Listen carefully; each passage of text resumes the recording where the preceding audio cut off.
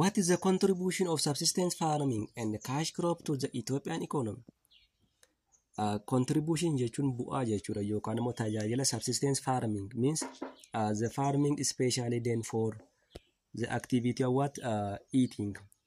Ethiopian national economy largely basis itself on agriculture. Dinagdeen Itoophiyaa irra guddaan isaa kan bu'uura isaa inni guddaan qonna. Agriculture constitutes the principal source of income. Agriculturein kun yookaan immoo qonni kun uummattoota Itoophiyaaf madda galiiti. Employment for the majority of the population of Ethiopia. Inni kan biraan madda qacarriiti jechuudha yookaan immoo lammiileen garaa garaa keessatti qacaramanii hojjetu jechuudha. Kanaaf tajaajila kana lamman qaba. Tokkoffaan madda galiiti, lammaffaan immoo lammiileen keessatti qacaramanii ittiin jiraatu jechuudha.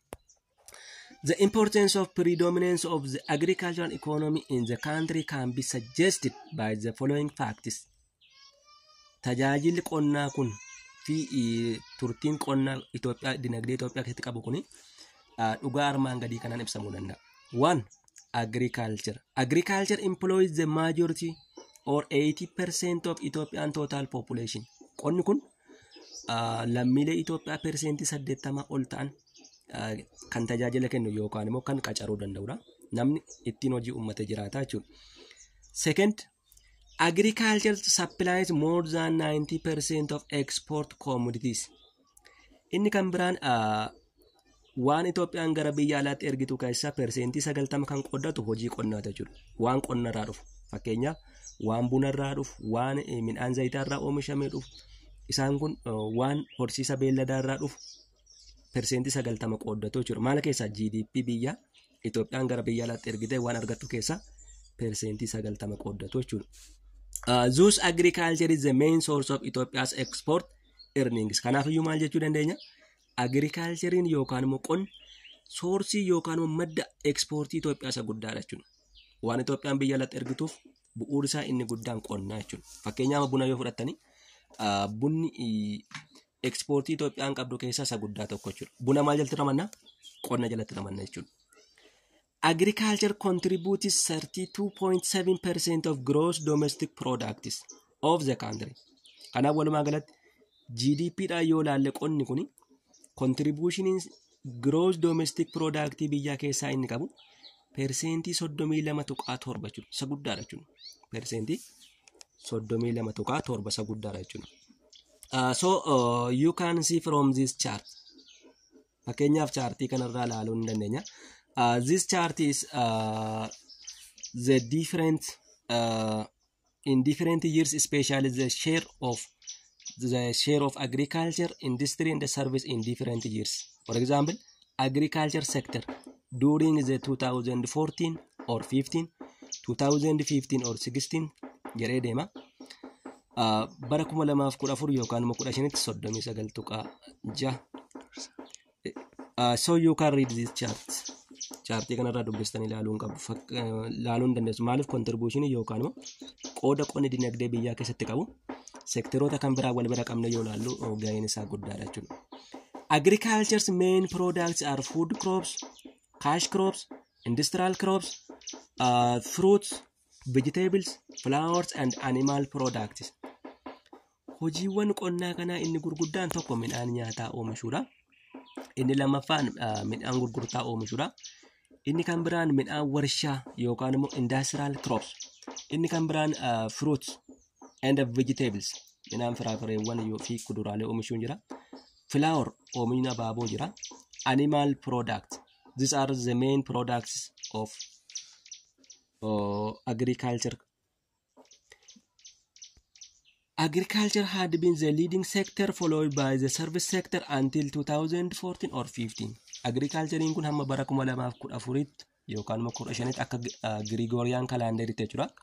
Sektera dursaa ture jechuudha. But after 2015 or 16, the service sector emerged as the dominant sector mainly due to the natural factors and the economic factors. Garuu haa ta'u malee bara 2014, 15 16 qabe sekterri tajaajilaa jechuudha. Sekterri tajaajila sochii dinagdee qonnaa fi sekteroota kanneen biroo caaluudhaan sadarkaa duraa irratti dhufeera jechuudha. Kun immoo sababoota natural factors fakkeenyaaf sababoota natural factor kanneen jennu wantoota oomisha qonnaa irratti dhiibbaa godhan. For example like the drought. Fakkeenyaaf gogiinsa fudhannee wantoota uumamaa ta'anii hojii qonnaa irratti warreen dhiibbaa qaban keessaa tokko, warreen oomisha qonnaa hir'isuu danda'an keessaa tokko. Kanaaf seektarri tajaajilaa yookaan immoo service sector kan jennu bara 2015 fi 2016 irraa qabe seektaroota kanneen biroo dursuu jalqabe jechuudha. Contribution of subsistence farming to the Ethiopian economy. Subsistence farming method of farming in which nearly all of the crops or livestock raised are used to maintain the farmer and the farmer's family, leaving little if any surplus for the sale or trade. Subsistence farming means walumaa subsistence jechuun gosa oomisha nyaataaf jedhamee kan oomishamu jechuudha. Gurgurtaadhaaf yaadametu hin ta'in oomishaaf jedhamee kan oomishamu. Fakkeenyaaf amma naannoo keenyatti boqqolloo bal'inaan maaliif oomishna? Nyaataaf jennee oomishna. Xaafii bal'inaan maaliif oomishna? Nyaataaf oomishna. Bishingaa yookaan immoo maashillaa nyaataaf oomishna. Waan nurraa hafe gara gabaatti geessinee gurgurraa jechuudha. Waan nyaataaf nu gahu oomishne baay'ee isaa gara gabaatti geessinee kan hin gurgurre yoo taane, that type of farming is subsistence farming. Gosti oomisha kana maal jedhama? Subsistence farming. It is a common feature of developing countries including Ethiopia. Subsistence farming kun gosa yookaan immoo akaakuu oomishaa keessumatti kan biyyoota guddachaa jiran. Biyyoota guddachaa jiran keessatti gosti oomishaa bal'inaan oomishamu subsistence farming. Oomisha nyaataaf jedhamee oomishamu malee gurgurtaaf jedhamee yaadamee kan hin oomishamne jechuudha. The subsistence farming sector of Ethiopia produces varieties of food crops which grow in different agroclimatic conditions. Subsistence farming kun Itoophiyaa keessatti naannolee garaa garaatti kan inni oomishamu. Kunis hojii nyaataaf jedhameeti jenneera. Sababni isaa Itoophiyaa what the different agroclimatic conditions. Subsistence kun naannolee agroclimatic zoonii garaa garaa jiru Itoophiyaatti. Fakkeenyaaf naannoo gurguddaa 5 jiru. Naannolee gurguddaa 5 kun gosa subsistence farming wal fakkaataan qaban. For example, teff especially grown in what? Wayna Dega. For example, when you take barley especially in Dega, barley in Wayna Dega. Sorghum especially in what? In Kolla areas. Yookaan immoo fakkeenyaaf bishingaa yoo fudhanne naannoo qilleensa gammoojjiitti bal'inaan oomishama. Garbuu yoo fudhanne naannoo qilleensa baddaa jaallata. Qamadiin fakkeenyaaf naannoo qilleensa badda daree baddaatti oomishama. Xaafiin bal'inaan naannoo badda dareetti oomishama. Isaan kana maal jenna? Agroclimatic condition jennee waamna jechuudha. Insect is another major food cultivated in parts of southern, western, central Ethiopia. Inni kan biraan insectidha. Insectiin gosoota subsistence farmii ta'e bal'inaan kan inni oomishamu naannoo kibbaa, naannoo lixaa fi naannoo giddugaleessa Itoophiyaattis ni oomishama. Fakkeenyaaf naannoo Shawwaa fudhannee naannoo Walisootti insectiin bal'inaan jira. Naannoon kibbaa garuu bal'inaan naannoo qochoo oomishuudhaan beekamudha. Maddi nyaataa isaanii inni guddaan bal'inaan qochoodha jechuudha. The other subsistence farming is pulses and oilseeds. Gosti subsistence farming inni kan biraan pulses. Midhaan sila warra ittoof oolan jenneerra warra akka baaqelaa, ataraa, shumburaa, misiraa, warra akka boloqqee. Oilseeds warreen jennu warreen midhaan dibataa yookaan immoo zayitaa warreen sila jenna. Like fakkeenyaaf kan akka nuugii, kan akka loozii, kan akka saliixaa. Isaan kun immoo midhaan zayitaa jedhamu. Agriculture in Ethiopia is typically characterized by smallholder and subsistence farming which is highly dependent on what? Rainfall. Qonni Itoophiyaa keessa kan bal'inaan kan inni ittiin geggeeffamu irra caalaansaa namoota muraasaan jechuudha. Namoota muraasaan hojiirra oola. Kanaaf bu'aa guddaan fidu jechuudha. Darbees immoo dependent on rainfall. Irra caalaas immoo kan irratti hundaa'u rooba gannaa qofa eegee oomishama. Kanaaf jijjiirama guddaa dinagdee biyyaa irrattis dinagdee maatii jijjiiruu irrattis gaheen inni qabu baay'ee xiqqaadha jechuudha. The contribution of cash crop production to the Ethiopian economy. Inni kan biraan gahee cash cropping yookaan immoo gahee midhaan gurgurtaa dinagdee Itoophiyaa keessatti qabu yoo ilaalle commercial farming is as opposed to the subsistence farming sector. Kun immoo opposing yookaan immoo faallaa subsistence farming iti. Cash cropping means producing more crops, especially monocrops or large areas for the purpose of selling. Commercial farming irra caalaatti midhaan gosa tokko lafa baay'ee bal'aa irratti gurgurtaaf qofa yaadanii kan oomishamu jechuudha. Hence the main objective of this sector is to make money. Kaayyoo ijoon cash crop kana qarshii qofa yookaan maallaqa qofa yaadanii kan oomishamudha. For example, you can take coffee. Fakkeenyaaf buna yoo fudhatan cash crop dha. When you take sesame, fakkeenyaaf talbaa yoo fudhan, loozii yoo fudhan, isaan kun midhaan gurgurtaa jechuudha. Ethiopian farmers produce varieties of cash crops such as coffee, oilseeds, pulses, chat, sugarcane, cotton, and what? Fruits. These are the main types of cash crops. Buna yoo fudhatan, midhaan zayitaa yoo fudhatan, pulses midhaan watii yoo fudhatan, caatii yoo fudhan, sugarcane shonkora gadaa fudhan, jirbii yoo fudhan, fruits firaafireewwan garaagaraa fudhan. These are what? The cash crop especially that is grown in large areas. What is the contribution of cash crop to Ethiopian economy? Contribution of cash crop production to the Ethiopian economy listed here under. One, source of food and raw material. Tokkoffaan contribution yookaan immoo gaheen cash crop kana dinagdee Itoophiyaaf qabumaan tokkoffaan source of food, madda nyaataa ta'een tajaajila. Madda mi'a dheedhii warshaa ta'es hin tajaajila jechuudha. The major cash crop production for export items for the country include, fakkeenyaaf cash crop Itoophiyaaf GDP biyyaa keessatti warra gahee guddaa qaban, biyya alaatti ergamanii warra maallaqa fiduu yookaan immoo doolaara fiduu danda'an, for example, coffee, oilseeds, the flour, the chat, and the pulses. Jarreewwan kun shanani gosoota oomisha bal'inaan gara biyya alaatti ergamanii GDP biyyaatiin warra gahee qaban jechuudha. Keessumatti for example, when you take flour is one of the latest cash crop for Ethiopia. Flour yoo fudhatan Itoophiyaadhaaf kan yeroo dhiyoote jechuudha. Waggoota 15-20 kan hin caalle Itoophiyaatti kan inni hojiirra ooluu jalqabe, garuu dinagdeen inni biyya keessatti qabu isa baay'ee guddaadha jechuudha. Coffee is Ethiopia's most important export commodity, accounting for about 28.6% of the value of all exports in 2019 or 20. Buna yoo fudhanne meeshaaleewwan exportii Itoophiyaan gootu keessaa isa guddaadha. Innis sheerii inni fakkeenyaa bara 2019 yookaan immoo akka ragaa bara 2019 yookaan immoo 28.6% qaba jechuudha. Other cash crops, oilseeds, the pulses, the chat accounted for 11.5%, 7.9%, and 10.9% of the total value of all exports in 2019 or 20 respectively. Tartiibaan jechuudha. Kun gaaraagaadha jechuudha. Ragaa qorannoo akka geggeeffametti akka bara 2019 yookaan 20 akka lakkoofsa warra Girigooriyaanitti geggeeffameeni kan inni ta'u jechuudha. What are the problems of agriculture in Ethiopia? Qonna Itoophiyaa kun immoo rakkooleewwan hedduu qaba. Rakkooleewwan qonna Itoophiyaa hedduu jiru. Rakkooleen kun maali? As discussed in the previous section, agriculture is the main city of the Ethiopian economy. Jalqaba akkuma jenne egaa agriculturein backbone yookaan immoo dinagdee biyya isa guddaa jenne. The majority of Ethiopians are farmers but have not yet secured food at large.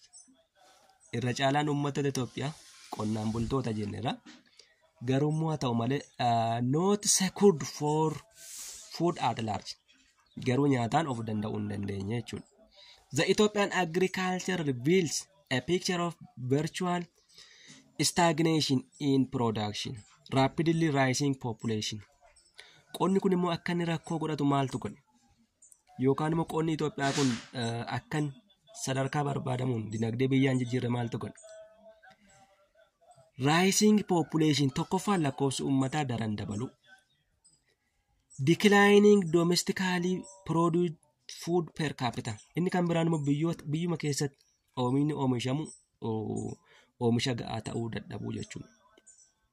So what are the major obstacles to the development of this sector?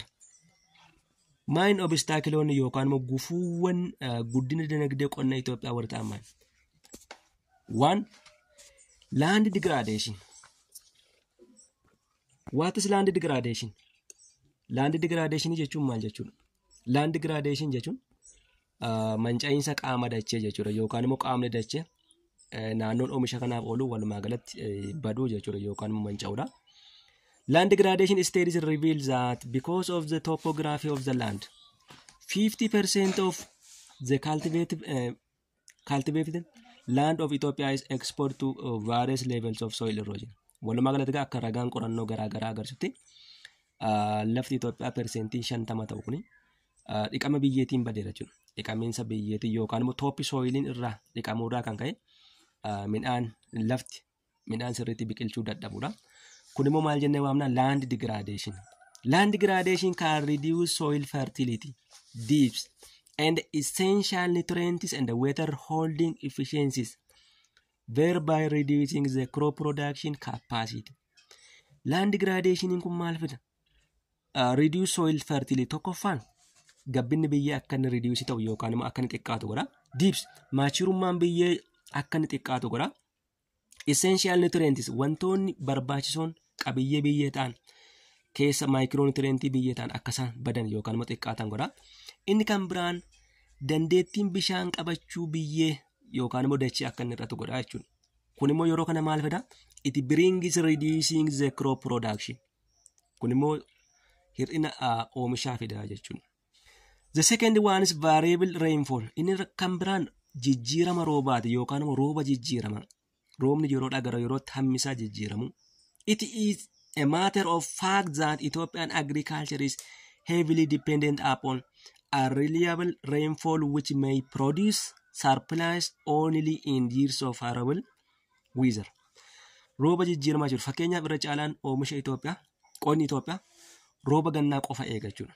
Rooba jallisiidhaan jallisanii yookaan bishaan roobaa cimmisanii oomishuun bal'inaan Itoophiyaatti hin baratamne. Kanarraa kan ka'e inni kun variable rainfalling kun wantoota qonna Itoophiyaa qoran keessaa isa kan biraadha. The third one is fragmentation of farm plots and a small size of holdings. Inni kan biraan ciccituu lafa qonnaati. Lafti qonnaa nam tokko bal'inaan lafa qonnaa bal'aan qaba jechuudha. Lafa qonnaa bal'aa waan hin qabneef kilaasteraan yookaan lafa bal'aa irratti oomisha bal'aa oomishuu hin danda'u. Maaliif? Qabiyyeen nama tokko baay'ee xiqqoo waan ta'eef. Qabiyyeen nama tokko lafa kanaa xiqqaa yeroo ta'u hammi oomisha achirratti oomishamus maal ta'a? Baay'ee xiqqaa ta'a jechuudha. Kanaaf the land owned by peasants is getting smaller and smaller over time due to continuous division of farmland among the number of families in the form of inheritance. Egaa kanarraa kan ka'e fakkeenyaaf haala lafaa Itoophiyaatti yoo ilaalle qonnaan bultoon peasants jechuun qonnaan bultoota. Qonnaan bultoon Itoophiyaa keessa jiran lafti isaan harka jiru maayanii lafa xiqqaadha jechuudha. Smaller and smaller. Lafti kun akkamittiin smaller ta'uu yookaan immoo gaheen nama dhuunfaa tokko akkamittiin xiqqaachaa deema? Inheritance. Fakkeenyaaf dhaalaan jechuudha. Dhaala yeroo jennu fakkeenyaaf maatiin lafa qabu lafti sun duraan bal'aa ture. Abbaan sun fakkeenyaaf ijoollee 5 yoo qaba ta'e ijoolleen 6 sun maal godhu? Lafa sanan qooddatu. Ammas immoo ijoolleen sun ammas maatii biraa horatu. Lafti sun maal ta'a? Ammas ijoollee dudduuba dhufanii hin hiramaa jechuudha. Yeroo kana maal ta'a? Fragmentation of land. Lafti sun maal ta'a? Hin ciccitaa jiru. Hin qoqqoodamsi jedhu. Gara facaasaa tokkootti, gara facaasaa walakkaatti, gara kaareemeetiriitti qoodamaa deemti. Kun immoo oomisha bal'inaan oomishuudhaaf hin mijatu jechuudha. Backward technology. The other one that is the problem of agriculture is what? Backward technology. Inni kan biraan qonni Itoophiyaa rakkoon inni qabu inni kan biraan backward technology. Technology dudduubatti hafaa ta'etti fayyadamanii oomishuudha. In Ethiopia, the smallholder farming is characterized by dependence on traditional tools and farming practices. Kanaaf kan naannoo keenyatti yoo fudhanne qonni irra caalaatti bifa traditionii yookaan bifa aadaatiin meeshaalee aadaatiin geggeeffamu.